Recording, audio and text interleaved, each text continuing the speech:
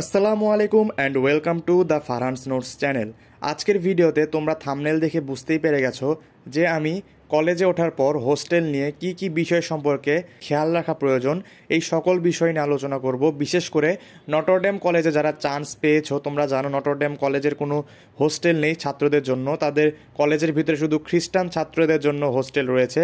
তো যারা হোস্টেলে থাকতে চাচ্ছ তাদের জন্য এই ভিডিওটি বিশেষ করে হবে। নটরডেমের আশেপাশে তোমরা কি কি বিষয় লক্ষ্য রেখে তোমাদের হোস্টেল নির্বাচন করবে এবং কয়েকটি হোস্টেলের আমি তোমাদের সামনে রিভিউ তুলে ধরবো, সেগুলোতে কি কি রয়েছে। এগুলো হচ্ছে যারা সেই হোস্টেলগুলোতে থেকেছে তাদের নটরডেমের ছাত্রাবাস জীবনে, তাদের কাছ থেকে নেওয়া রিভিউগুলো আমি তোমাদের সাথে শেয়ার করব। সো সম্পূর্ণ ভিডিওতে আমার সাথে থাকো। ভিডিওটি একটু লম্বা হতে যাচ্ছে, কিন্তু আশা করি মনোযোগ সহকারে শুনবে, তোমাদের অবশ্যই কাজে লাগবে। এবং ভিডিওতে নতুন হয়ে থাকলে প্লিজ সাবস্ক্রাইব করে নাও, এবং অলরেডি সাবস্ক্রাইবার হয়ে থাকলে অসংখ্য ধন্যবাদ। তো চলো আমি তোমাদের প্রথমে বলে নিই যে একটা হোস্টেল চুজ করতে গেলে তোমাদের কি কি বিষয় সম্পর্কে খেয়াল রাখতে হবে, কোন কোন পয়েন্টগুলো তোমরা দেখে নিবে। সো প্রথমে হোস্টেল নির্বাচনের ক্ষেত্রে প্রথমে তোমার বাজেট সম্পর্কে ধারণা থাকতে হবে, কেননা ঢাকার তোমার জানো বর্তমানে কস্ট খুব বেশি, সেই জন্য তোমার বাজেট কত সেটা সম্পর্কে তোমার ধারণা থাকতে হবে।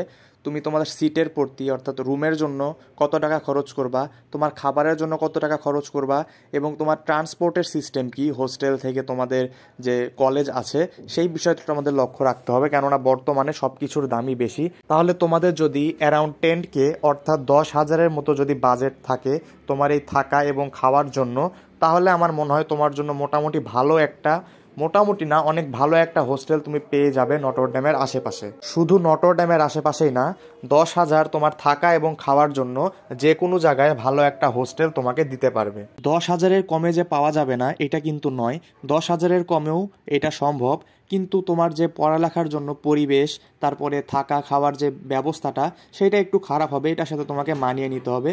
কেননা তোমরা যদি মোটামুটি একটা পরিবেশ এবং ভালো থাকা খাওয়ার একটা ব্যবস্থা চাও, তোমার 10,000-এর মতো খরচ করতে হবে প্রায়। তো হোস্টেলের এটা একটা ব্যাপার গেল। আরও একটা ব্যাপার হচ্ছে তোমার এই হোস্টেলটা তোমার কলেজ থেকে কত দূরে। তোমার যদি ট্রান্সপোর্টে অনেক বেশি খরচ লেগে যায়, দেখা যাচ্ছে রিক্সা ভাড়া ঢাকায় কিন্তু, যেটা অটোর ক্ষেত্রে 10 টাকা ভাড়া, ঢাকায় কিন্তু সব কিছু পায় রিক্সা, সেজন্য সেখানে তোমার 30 টাকা পড়ে যায়। তো এই ব্যাপারেও তোমার লক্ষ্য রাখতে হবে। এবং তুমি যদি হোস্টেলটা এমন জায়গায় নাও যেমন হেঁটে গেলে 5-6 মিনিট লাগে, বেশিরভাগ হোস্টেলে কিন্তু এরকম দূরত্বে নটরডেম থেকে, এবং এই হোস্টেলগুলোতেও তোমার থাকা খাওয়া মিলে 10,000-ই পড়বে। আমি যা রিভিউগুলো দেখলাম, তোমরা যে আরও ভালোভাবে অবজার্ভ করতে পারো, আরও খোঁজ খবর নিতে পারো এই ব্যাপারে। তো 5 থেকে 6 মিনিট হেঁটে যাওয়া যায় এরকম দূরত্বে হোস্টেল না ভালো। এখন তুমি যদি বাসা নিতে চাও সেই ক্ষেত্রে তোমার উচিত হবে 1 থেকে 2 কিলোমিটারের ভিতরে বাসা নেওয়া, কেননা নটরডেম কলেজে তুমি যত কাছে বাসা নিবে তোমার খরচটা আরও বেশি পড়বে, কেননা তারা জানে বাড়িওয়ালারা যে নটরডেম কলেজের ছাত্র যেহেতু বাসা নিচ্ছে সুবিধার জন্যই নিচ্ছে, এবং এই কাছে কলেজ হওয়ার সুবিধাটা বাড়িওয়ালাও নিবে, সেজন্য বাড়ি ভাড়াটা বেশি চাইবে। যেন পায়ে হেঁটে 10-15 মিনিটে বা 20 মিনিটে কলেজে আসা যায় এরকম দূরত্বে তোমার বাসা দেখাটা ভালো হবে তোমরা যদি হোস্টেলের জায়গায় বাসা নিতে চাও।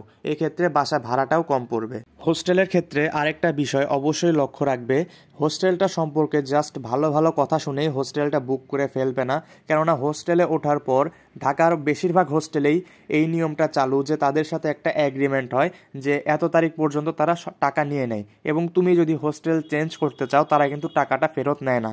সো টাকা দেওয়ার আগে অবশ্যই হোস্টেল সম্পর্কে ভালোভাবে জেনে নিবে, এবং হোস্টেলে যে তোমার রুমমেট হবে সেই রুমমেট সম্পর্কেও ভালোভাবে দেখে নিবে তার সাথে তোমার চয়েস ম্যাচ যায় কিনা, কেননা ওঠার পর তার সাথে তোমার যদি প্রবলেম হয় বা দেখা যাচ্ছে তার চলাফেরার সাথে তোমার চলাফেরা মিলছে না, তুমি ঘরটা পরিষ্কার রাখতে চাচ্ছ সে ঘরটা পরিষ্কার রাখছে না, তোমার পড়াশোনা করার মতো যথেষ্ট পরিবেশ দিতে পারছে না, তাহলে অবশ্যই তোমার সমস্যা হবে, শিফটিংয়ে করতে হবে, এবং সেই ক্ষেত্রে তোমার কিন্তু টাকাটাও লস যাচ্ছে, এবং শিফটিংয়ের কারণে তোমার আরেকটা সমস্যায় পড়তে হচ্ছে, এখানে অনেকটা টাইম ব্যয় করতে হবে। সো এখন তোমার যেহেতু টাইম আছে এইসব বিষয় ভালোভাবে লক্ষ্য রেখে অবশ্যই হোস্টেলটা ঠিক করবে। এবং হোস্টেলে যারা এতদিন ধরে আছে অথবা সেই হোস্টেলে থেকেছে এরকম কারো কাছ থেকে খবর নেওয়ার অবশ্যই চেষ্টা করবে যে তারা যা বলে, অর্থাৎ যা তোমার সাথে কথা দেয় বা যেরকম খাবার দেওয়ার অথবা যেরকম সার্ভিস দেওয়ার কথা বলে সেরকম সার্ভিস তারা দেয় কিনা এই ব্যাপারে অবশ্যই জেনে নিবে। তো এটা গেল হচ্ছে হোস্টেলের কথা। বাসা নেওয়ার ব্যাপারে আগেই বললাম, তোমরা যদি চাও কয়েকজন বন্ধু মিলে বাসা ভাড়া নিতে পারো 1 থেকে 2 কিলোমিটার দূরে কলেজের আশেপাশে, সেটা হোক নটরডেম কলেজ অথবা তোমার যে কোনো কলেজ, এটার আশেপাশে তোমরা যদি থাকতে চাও হোস্টেল ব্যতীত তোমরা কয়েকজন বন্ধু মিলে নিতে পারো, কেননা একা একটা ঢাকা শহরে বলতে গেলে মূলত একা একটা রুম নেওয়া অথবা একা একটা ফ্ল্যাট নেওয়া অনেকের কাছে অসম্ভব। আর যারা হাই ক্লাস তাদের কথা তো আলাদা বাদই দিলাম, তাদের তো সমস্যা নেই, আমি জাস্ট মিডল ক্লাস ছেলেদের কথা বলতেছি, শিক্ষার্থীদের কথা বলতেছি। আর তুমি বাসা ভাড়া নেও অথবা হোস্টেলে থাকো, যেখানে থাকো না কেন, তোমার অ্যাপ্রক্সিমেটলি 10,000 টাকা খরচ পড়েই যাবে, কেননা তোমার থাকাতেই অবশ্যই 4 থেকে 5,000 টাকা পড়বে, তোমরা যতজন মিলেই থাকো। আর একটা বিষয় লক্ষ্য রাখবে, যদি বাসা ভাড়া নাও 3 জনের বেশি আমার মনে হয় না একসাথে থাকা ঠিক হবে, কেননা 3 জনের বেশি একসাথে থাকলে একটা গ্যাঞ্জামের টাইপ সৃষ্টি হবে এবং তোমাদের পড়ালেখার প্রতি অতটা মনোযোগ বসবে না, যেটা আমার কাছে মনে হয়। এই বিষয়টা তোমাদের নিজের ব্যাপার, কেননা তোমাদের বন্ধুর ওপরও নির্ভর করে কোন বন্ধুর সাথে তোমরা থাকতেছো। এখন দেখা যাচ্ছে অনেকের এমন বন্ধু আছে যে 5জনই নিজেদের পড়াশোনা সম্পর্কে সিরিয়াস, তাহলে তাদের কোনো সমস্যা নেই। এই ব্যাপার তোমাদের নিজেরা বুঝে নিবে, আমি জাস্ট একটা কথা বললাম। আর যদি বাসা ভাড়া নাও তাহলে অবশ্যই কাজের বুয়া রাখতে হবে অথবা তোমাদেরকে হোটেলে খেতে হবে, সবকিছু মিলিয়ে তোমার ওই অ্যারাউন্ড 10,000-এর মতোই লেগে যাবে। এখন তোমার কাছে হোটেলের পরিবেশ পছন্দ নাকি বাসার পরিবেশ পছন্দ, সেটা হচ্ছে তোমার নিজের ওপর ডিপেন্ড করে। তখন বললাম বাসা অথবা হোস্টেল নিলে তোমাদের কি কি বিষয়গুলো লক্ষ্য রাখতে হবে। এখন চলো কথা বলা যায় কয়েকটা রিভিউ নিয়ে, যেটা হচ্ছে নটরডেম কলেজের আশেপাশে ছাত্রদের জন্য দেওয়া। আর তোমরা অবশ্যই যে এরিয়াতেই হোস্টেল অথবা বাসা নেও না কেন, মূলত হোস্টেলের জন্য কথাটা বলবো, তোমরা যে এরিয়াতে হোস্টেল নাও না কেন আগে থেকেছে সেই হোস্টেলে এরম কারো কাছ থেকে শুনে নিবে এবং আশেপাশ থেকেও জিজ্ঞেস করে নিবে, জাস্ট রিভিউয়ের ওপর নির্ভর করবে না। আমি যে রিভিউগুলো দিচ্ছি এগুলোর ওপর বিশ্বাস করে যে ডাইরেক্ট তোমরা কল করে কথা বলে নিয়ে ফাইনাল করে নেবে, এরকম কিছু করো না, এটা বোকামি হবে। তোমরা অবশ্যই সেই জায়গায় গিয়ে সেই হোস্টেলে গিয়ে সব কিছু অবজার্ভ করো, ভালোভাবে দেখো, তোমার পছন্দ হলে তবেই নিও। আমি জাস্ট তোমাদেরকে রিভিউগুলো দিচ্ছি। তো প্রথমে আমরা একে একে পড়ি। সো এখানে ছাত্রদের কাছ থেকে নেওয়া, যারা সে ছাত্রাবাসে থেকেছে, এরকম 10টি হোস্টেলের ব্যাপারে একটা রিভিউ তোমাদের সাথে আমি শেয়ার করছি। তো প্রথমে আমি প্রভাত ফেরি ছাত্রাবাস সম্পর্কে বলছি। এটা হচ্ছে আরামবাগের বলা হয়ে থাকে সবচেয়ে পপুলার ছাত্রাবাসের মধ্যে একটি। এটার লোকেশন হচ্ছে পুরাতন পোস্ট অফিস গলি, আরামবাগ 102। এখানে মিল অন অফের ব্যবস্থা আছে, মানে তুমি যদি খাওয়া দাওয়া করো কোনো বেলার সেটার টাকা দিবে এবং যদি না করো তাহলে তুমি টাকা দিবে না, তাহলে এখানে তোমার একটি কিন্তু বড় খরচ বেঁচে গেল। এবং বেশিরভাগ হোস্টেলে কিন্তু এই মিল অন অফের ব্যবস্থাটা রয়েছে, যেটা হচ্ছে অনেক একটা প্লাস পয়েন্ট। তোমাদের এখানকার মিল খরচ হচ্ছে 4,000 টাকা প্লাস মাইনাস, এটা বাড়তেও পারে, তোমরা অবশ্যই যখন যোগাযোগ করবে হোস্টেলে জেনে নিবে, এটার চাইতে বেশি হতে পারে কমও হতে পারে, মানে এটার আশেপাশে থাকবে। তুমি যদি সারা মাস হোস্টেলে খাওয়া দাওয়া করো 3 বেলা তাহলে 4,000 টাকার মধ্যে হয়ে যাবে। বেশিরভাগ রুম হচ্ছে 2 থেকে 4 বেডরুমের, মানে 2 থেকে 4টা বেড থাকে একটা রুমের মধ্যে। রুম অনুযায়ী সিটের ভাড়া 4,000 থেকে 5,500 টাকার মধ্যে। এবং হোস্টেলটা প্রাক্তন নটরডেমের ভাইদের দ্বারা পরিচালিত। হোস্টেলে লাইব্রেরি, ডিবেটিং সোসাইটি রয়েছে। তাছাড়াও হোস্টেলে নবাগত ছাত্রদের নবীনবরণ, সাপ্তাহিক মুড়ি পার্টি, ট্যুর সব মিলিয়ে হোস্টেল লাইফের আসল ভাইব পাওয়া যাবে। হোস্টেল বুকিংয়ের জন্য এখানে একটা নাম্বার দেওয়া রয়েছে, তোমরা অবশ্যই পোস্টটাতে দেখতে পাচ্ছ। তারপরে দেখো 2 নাম্বার, যেটা হচ্ছে সেন্ট মেরিজ ছাত্রাবাস, নটরডেমের স্টাফ দ্বারা পরিচালিত একমাত্র ছাত্রাবাস। এটা তোমাদের নামটা হচ্ছে সেন্ট মেরিজ ছাত্রাবাস, যেটাকে ইংলিশে সেন্ট মেরিজ হোস্টেল বলা হয়ে থাকে। এটা হচ্ছে যারা আরামবাগের চিপায় পড়তে চাও না তাদের জন্য বেস্ট অপশন। নিরিবিলি পরিবেশ বিদ্যমান, খাবার মেনুতে প্রতিদিনই মাছ, মাংস, ডিম সহ উন্নত মানের খাবার রয়েছে। সিসিটিভি সিকিউরিটি গার্ড রয়েছে নিরাপত্তার জন্য। এখানে ইতিমধ্যে 13,500 টাকার রুমগুলো বুকিং হয়ে গেছে, বাকি রুমগুলো থাকা খাওয়া সব মিলিয়ে 11 থেকে 12,500 টাকা। সিট বুকিংয়ের জন্য এখানে নাম্বার দেওয়া আছে, তোমরা যোগাযোগ করতে পারো। তারপরে 3 নাম্বার হচ্ছে পায়োনিয়ার প্যালেস, নামের মতো হোস্টেলটাও ভিআইপি। লিফট আছে বিল্ডিংয়ে, টাইলস করা রুম, 2-3 সিটের রুম, সাবেক নটরডেমিয়ান দ্বারা পরিচালিত প্যাকেজ সিস্টেম।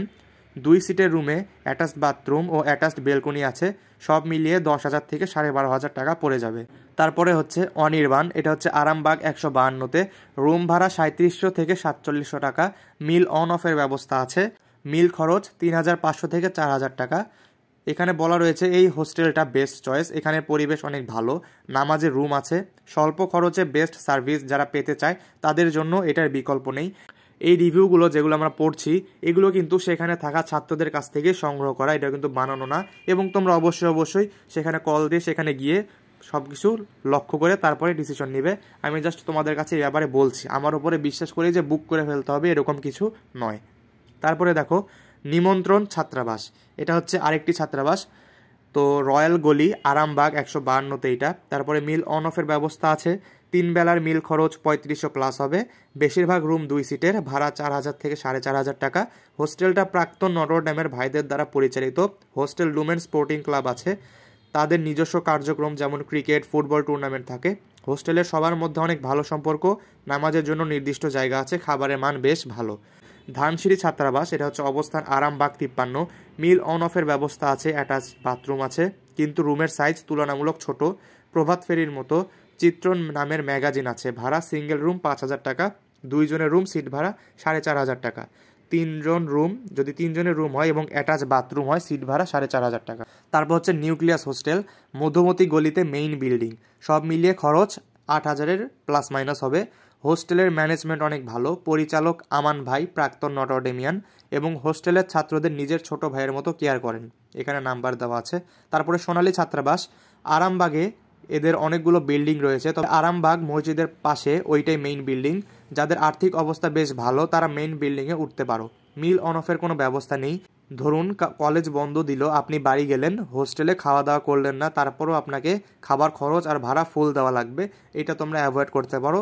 এই ছাত্রাবাসে যাওয়ার কোনো প্রয়োজন আছে বলে আমি মনে করি না, এটা বাদ দিলাম। তারপর হচ্ছে ডায়মন্ড হোস্টেল, জসিমউদ্দিন রোডে এটার অবস্থান, মালিকের নিজস্ব বিল্ডিং। মিল অন অফের ব্যবস্থা নেই, খরচ 8000 থেকে শুরু। এখানে অবস্থানরত ছাত্ররা নেগেটিভ রিভিউ দিয়েছে এটা সম্পর্কে, তাই এটা বাদ দিয়ে দাও, কোনো দরকার নেই। তারপর হচ্ছে রংধনু ছাত্রাবাস, সর্বমোট 5টি ভবন রয়েছে, 187/3, 178, 178A। সবগুলো বিল্ডিং টাইলস করা, অনেক সুন্দর। মিল অন অফ আছে, মিল 45 টাকা করে, সকালে হাফ মিল। সিট ভাড়া 3800 থেকে 5800 পর্যন্ত আছে রুম অনুযায়ী। এটা একটা ভালো হোস্টেল হতে পারে। অন্যগুলো ভালো, কিন্তু যেগুলো বাদ দিতে বলেছি সেগুলোতে না যাওয়াই ভালো, কেননা সেগুলোতে মিল অন অফের ব্যবস্থা নেই।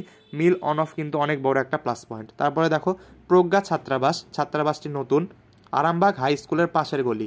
সিটের ভাড়া 4000 থেকে 5000, মিল 3500 থেকে 4000। মিল অন অফ আছে, এটাও একটা ভালো হোস্টেল দেখা যাচ্ছে। তো তোমাদেরকে আমি 11টার মতো হোস্টেল সম্পর্কে রিভিউ দিলাম, এর মধ্যে 2টা বাদ দিয়েছি। তোমরা 9টার মধ্যে যে কোনো একটাকে দেখতে পারো, এবং এছাড়াও আরও অনেক রয়েছে। তোমরা তোমাদের বড় ভাইদের সাথে যদি পরিচিত থাকে তাদের সাথে অবশ্যই যোগাযোগ করবে। ভিডিওটা বড় হয়ে গেল, জানি না কে কতদূর পর্যন্ত শুনেছ।